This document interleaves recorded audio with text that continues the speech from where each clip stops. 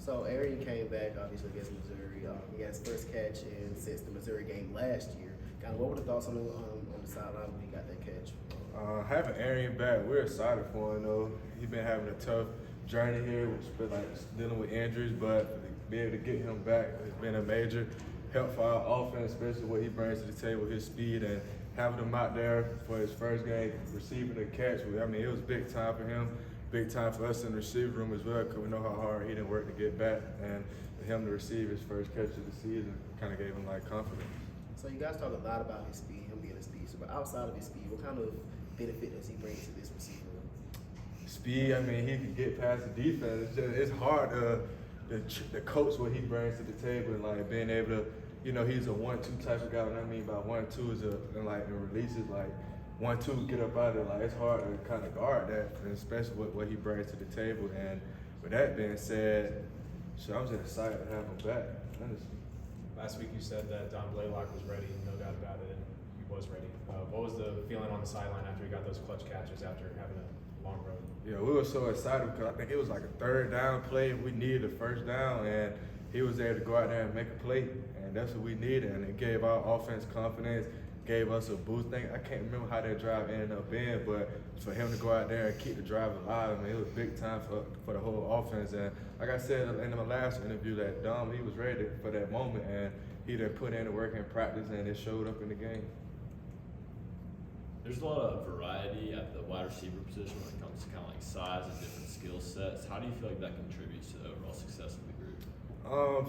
Like you said, like all of us, speed, you know, size, height, everything. We all different. Like we all different types of receivers, and we all bring something different to the table. And when that's like that, our OC are able to like work around that and do different stuff within the offense because everyone's have like a different skill set. So with that being said, it just makes us more versatile in our offense. Bouncing off of that, what do you think you have to offer the best? What's that? Bouncing off of his question, what do you think you have to offer the best? What do you specialize in, you think? My special, I think I'm a bigger guy. I think I'm one of the heaviest in the receiver room, maybe the second, but just me being a physical receiver, like they can dependable, accountable for, just go out there ready to make a play. Honestly, I feel like my teammates can depend on me for any situation, and I just love being out there, and whenever my opportunity comes, I just try to make the most of it. What were some of those conversations in the huddle just on that last drive? You guys knew you needed to get it. What were some of those conversations like? Like we were just for each other for real, just like the brotherhood that we knew that before going into the game, we knew what type of environment we was about to get into. We knew it was going to be loud. We knew it was going to be a night game. We knew all this going into it, and most people were surprised that it was a close game. But in that locker room, I mean, I was excited that we was the underdogs for a moment in out that game because we was able to find out a lot about us as a team, and we was down. I think it was about 13, 10, some points like that. I mean, it's hard to come back on the road. Most teams would have probably folded, but one thing about it, we showed resiliency and that connection and that brotherhood that we was able to overcome that adversity. What do you think you did specifically in that comeback, you know, as a leader? What were you saying in the huddle? I know coming out the second half, I mean, if you would just go back and watch the film, I was locked in. I was ready to go. And you can see me on the sideline, hand button guys, like, let's get it going, because I knew how bad I wanted to win that game, and I knew that we was capable of doing it. We were just shooting ourselves in the foot the whole first half. And throughout pretty much the whole game, we were just defeating ourselves. And once I knew that we could be able to lock in, it was just the fact of having to keep guys like locked in, like, cause you know, we come into somebody else's place, all back against the wall. We gotta bring our own energy, bring our own juice and stuff. So at that moment, me being the leader, like being through games that I've experienced coming back from behind, you gotta stay motivated, you gotta stay locked in because things may not be going with, I mean, college football is much different nowadays. People can be losing by 20, 30 points, come back and win the game, so it's always possible, but everybody gotta have that same mindset. How much different is the message in the locker room when you're down versus when you're up? It's more motivating, you know, like we need moments like this. I mean, people always say we're the #1 team in the country. We're supposed to be blowing teams out. It's not always the case because at the end of the day, like people like that G means a lot. And when people have to see that G on that schedule, have to come play, they're gonna put their best foot forward. they gonna try to, embarrass us in a way, you know, and we was getting embarrassed on that last game, but like I said, we overcame that adversity and we got the dub.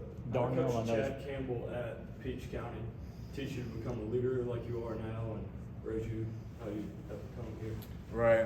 Growing up in high school is very similar to here. Like it was very cutthroat. You know, you got to be prepared. The best 11 gonna always be out there ready to play. And what I went through in high school, like I said, was very similar to what I'm going through here. So Coach Campbell put me in a position to be prepared for when I got to college, and it's starting to pay off. Darnell, I know spoke to the team a little bit at halftime. He was talking about to us a little bit ago. Said he had something in his mind he wanted to say before he even went in. Did that surprise you that he spoke up like he did? And what impact did it have? Darnell, he started to step up in that leader role, in that leadership role. And he came out, had one of his best games, I feel like, in his college career, just by opportunity-wise, going up, making catches and stuff like that. But when Darnell was able to speak up, you get many different guys who at one point was not saying afraid to speak up, but they wouldn't speak up. But now they're at the role that they can speak up and their voice are being heard. It puts a kind of a positive effect on the team, because most people, they'll look at Darnell, he's big and goofy, but at the same time, Darnell's gonna lock in, you know, and that's my teammate. And yeah, but Darnell, when it comes down to making the play and getting serious, Darnell gonna lock in. And when he came in the locker room, he said some word. Pretty much all of us was in there motivating each other, pushing each other, like, hey, this is how we want it here. We want it to be hard. Nobody likes blowout games. Like, maybe we need to be like the underdog at one point to see how it feels to overcome adversity. And that was a fun game, honestly. So you talk a lot about how you guys lock in and overcome that adversity, but you also talk about that connection that your receiver room has. Can you talk a bit about how you guys have built that connection with each other and how it allows you to just lock in and flip the switch when you need to like that? Yeah, through practice, you know, like the coaches put us through those situations in practice. I don't know if any other school in the country does like how Coach Smart does, but we walk through so many scenarios the week before the game, just the stuff that he put us through, like it has no choice but to prepare us. And once we get in those moments, it's not like we about to fold, because we already experienced these scenarios in practice. So when that being said, coming from a receiver standpoint, I feel like it's up to us to make plays. If we make plays, we win the game, you know. Sometimes the run game might not be working, but hey, somebody got to lean on another person, that brother next to them, that, hey, we got to go make a play. And we was able to make plays in critical situations, just like with Dom on his third down catch. He had and Marcus on his catch. Those plays actually counted in the game, and we needed them. So we just able to lean on each other as a brother. How impressed are you with Malachi Starks, just in terms of his football IQ, picking up the playbook, those kind of, not necessarily his physical traits, but the mental side of things? Right. When I first noticed Malachi, I want to say he was an early enrollee, but just when he came in, just how the way he approached the situation, like he was very locked in about learning the detail, because our defense is very complex, and it's hard for freshmen to come in and just learn the right way and be the immediate starter. But he was able to lock in and just actually learn the system, and he could right now he's still learning. He's still building, but he's doing it at a faster rate than others around the country, and it's starting to show on Saturdays when he go out there making plays. Like, he pretty much saved the game for us, but that extra effort play going to catch the guy right before he scored, and like plays like that really sticks out to me, because he put himself in a position to help the team win that game. So I'm excited for him. You've obviously been through a couple of injuries while you've been at Georgia. What kind of a support system is there for guys that are injured? Obviously you're spending a lot of time with the trainers, but who is it that you're relying on in that time? My brothers, really. My teammates. That's who I spend the most time with.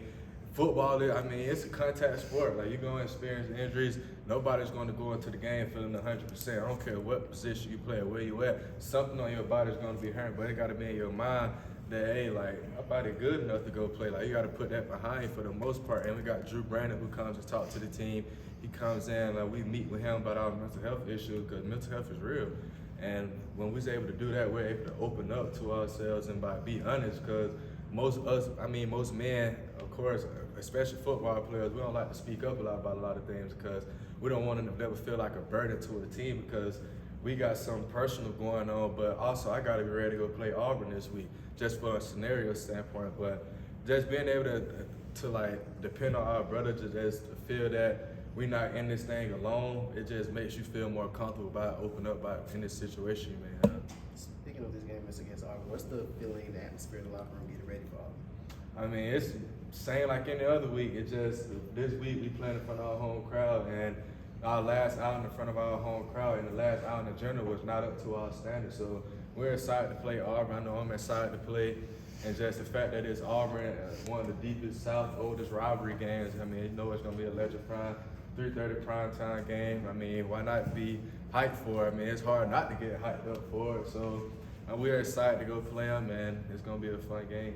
Two more questions. How big was Pod for you guys in that game against Missouri, and just kind of being able to rely on him, even if you guys did, you know, stall in the red zone, you're able to rely on him? Right, Pod came up so clutch. I mean, with those field goals that he made, I mean, sure, we couldn't score in the red zone, but Pod was able to, I mean, give us those points that we needed, and we was able to lean on him much and more each and every week, because the more the offense can't score in the red zone, the more Pod got to be golden lead for us. So, I mean, but we can't be putting that much pressure on him as an offense, because when we're in the red zone, we got to be able to score points. I mean, we haven't been efficient enough in the red area, so with Pod coming in and making those clutch field goals, I mean, it's been great for our team, and we still stand on him each and every day because he know how important he is and what role he is playing. What do you think y'all can do better in the red zone to not put the pressure on Pod? Just being locked in to all assignments. I mean, we get to the red zone and just forget what we're supposed to be doing. Not saying that that's the whole thing, but one, it's the best 11 on the field, right? So if one mess up out of that 11, the whole play is ruined. So if we can all just get on the same accord and just be dialed in and execute at a high level, I mean, we should be able to score points in the red area. All right, thank you, Kearis. Thank you.